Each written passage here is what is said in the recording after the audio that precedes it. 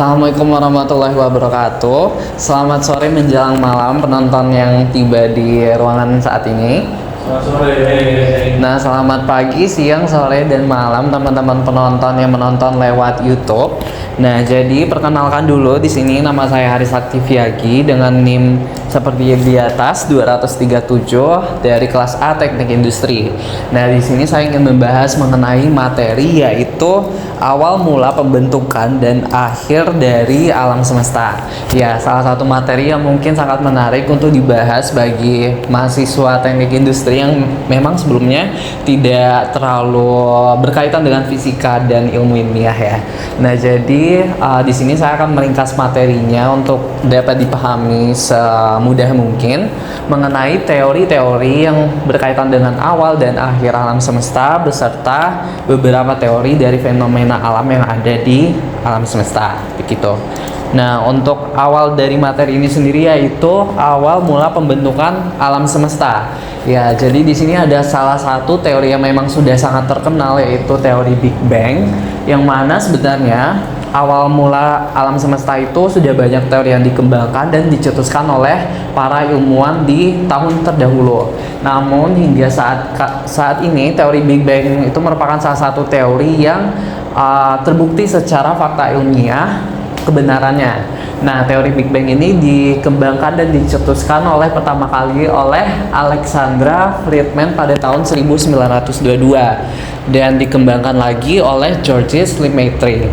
Nah, jadi intinya teori Big Bang ini mencetuskan bahwa suatu alam semesta itu berasal dari suatu titik singularitas point yang memiliki suhu dan massa yang tidak terbatas. Nah, dari titik tersebut terjadilah ledakan dengan kecepatan yang tidak terbayangkan, yang mana hal tersebut menyebabkan adanya alam semesta. Nah, dapat diukur bahwa alam semesta itu bernilai atau berumur 13,8 miliar tahun hingga saat ini, karena berdasarkan teori Big Bang tadi, alam semesta itu dikatakan masih mengembang atau berekspansi begitu. Nah, teori Big Bang ini sendiri dapat ilustrasikan seperti di foto tersebut, di mana awal mulanya itu terdiri dari satu titik saja, yaitu titik singularitas point yang kemudian meledak dan berkembang menjadi alam semesta yang kita rasakan saat ini. Dapat dilihat juga bahwa kurvanya itu ya sangat mengembang atau selalu berkembang, yang artinya alam semesta itu akan semakin besar mengikuti waktu yang ada. Nah, Big Bang ini juga menyatakan bahwa bintang-bintang yang ada di dalamnya itu akan bergerak menjauhi satu sama lain karena adanya ekspansi dari alam semesta tersebut. Nah, kemudian dari teori Big Bang ini kita bisa mengetahui bagaimana pembentukan galaksi dan benda-benda alam yang ada di dalamnya. Karena tidak mungkin dari dalam satu kejadian Big Bang tadi langsung ada galaksi yang tercipta, langsung ada planet dan bintang sebagainya. Namun ada yang namanya fase infusi atau fase di mana Big Bang tersebut hanya meledak dan tidak membentuk planet-planet dan bintang sebagainya. Nah, setelah 300 juta tahun setelahnya barulah ada pembentukan neutron dan elektron proton, yang mana hal ini merupakan unsur-unsur dasar pembentuk planet dan beberapa bintang penyusun dari galaksi. Nah, atom ini juga dapat bertemu dengan listrik bermuatan negatif yang dapat menyebabkan sinar cahaya. Jadi dari Big Bang tersebut sebelumnya itu tidak ada cahaya, namun 300 juta tahun setelah Big Bang itu barulah ada cahaya yang terang. Nah, Big Bang itu juga tidak langsung menghasilkan cahaya, tapi dia menghasilkan yang namanya dark matter atau dark energy begitu. Kemudian ada lagi teori mengenai ekspansi alam semesta yang merupakan lanjutan dari teori Big Bang tadi, di mana seperti sejarah kelahiran alam semesta tadi terbagi menjadi 4 fase, yaitu Big Bang, kemudian era inflasi kosmik tadi yang era yang memiliki suhu yang sangat panas yang dikatakan sebagai era pengembangan. Kemudian ada juga interaksi antara pemisahan yang kuat dan yang lemah, itu ialah pembentukan atom-atom, neutron, proton, dan pembentuk planet, kemudian adalah pembentukan bintang dan galaksi yang kita rasakan pada tahun ini. Nah, pada tahun 1922, fisikawan Rusia yaitu Alexander Freeman ini juga meramalkan bahwa semesta yang berekspansi itu sekitar 5% hingga 10% dalam 1 miliar tahun sekali, yang artinya alam semesta saat ini itu akan terus berkembang dan memiliki luas yang semakin luas seiring waktu gitu. Kemudian ada juga teori yang bernama The Great Attractor, di mana The Great Attractor ini merupakan salah satu titik gravitas yang kuat di antara klaster-klaster galaksi yang membuat galaksi-galaksi di sekitarnya itu bergerak ke arah The Great Attractor. Misalnya saja di gambar ini, galaksi Bima Sakti atau Milky Way itu bergerak ke The Great Attractor, di mana si Milky Way ini bergerak mengikuti Hydra Cluster. Nah, namun karena adanya teori seperti ekspansi alam semesta tadi, jadi yang bersifat bertolak belakang dengan The Great Attractor, di mana The Great Attractor itu mendekatkan galaksi, sedangkan ekspansi alam semesta itu menjauhkan galaksi.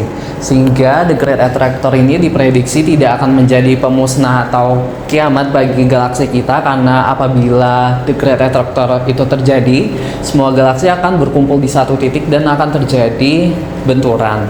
Nah, karena adanya ekspansi yang membuat galaksi bergerak menjauhi satu sama lain, jadi membuat The Great Attractor ini tidak berpengaruh dan tidak akan menghasilkan kiamat istilahnya bagi kita. Kemudian ada yang namanya fenomena alam black hole. Nah, jadi black hole ini merupakan salah satu benda alam yang memiliki bagian gravitasi paling kuat, sehingga cahaya saja yang memiliki kecepatan sekitar 300.000 km per detik itu tidak dapat escape atau lari dari gravitasi yang dimiliki black hole. Makanya di sini black hole tengahnya itu sangat hitam, karena cahaya pun tidak dapat masuk ataupun keluar dari black hole. Nah, pembentukan black hole itu sebenarnya didasari pada bintang-bintang yang ada di alam semesta. Jadi apabila suatu bintang kehabisan bahan bakar, dia tidak dapat melakukan reaksi fusinya sehingga dia akan meledak. Nah, bergantung pada masanya, bintang tersebut akan berkemungkinan menjadi bintang neutron atau menjadi black hole. Apabila misalnya bintangnya bermassa seperti matahari kita, itu tidak akan kuat untuk menghasilkan suatu black hole, jadi dia akan menghasilkan bintang neutron gitu. Nah, black hole ini juga faktanya terdiri dari 3 jenis, yaitu stellar mass black hole, kemudian supermassive black holes, dan intermediate black holes, yang mana tipe-tipe ini berdasarkan massa yang dimiliki oleh black hole. Untuk stellar mass black hole itu massa yang dimilikinya hanya beberapa dari kelipatan matahari, sedangkan intermediate itu bisa terdiri dari ribuan kali lipat matahari, dan yang tingkat tertinggi yaitu ada supermassive black holes yang memiliki massa jutaan hingga miliar kali lipat dari matahari.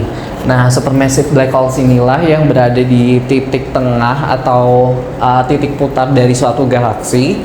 Contohnya saja pada Milky Way atau Bima Sakti itu terdapat supermassive black hole di tengah-tengah galaksinya, yaitu Sagittarius A seperti di gambar yang ditangkap oleh NASA pada gambar ini.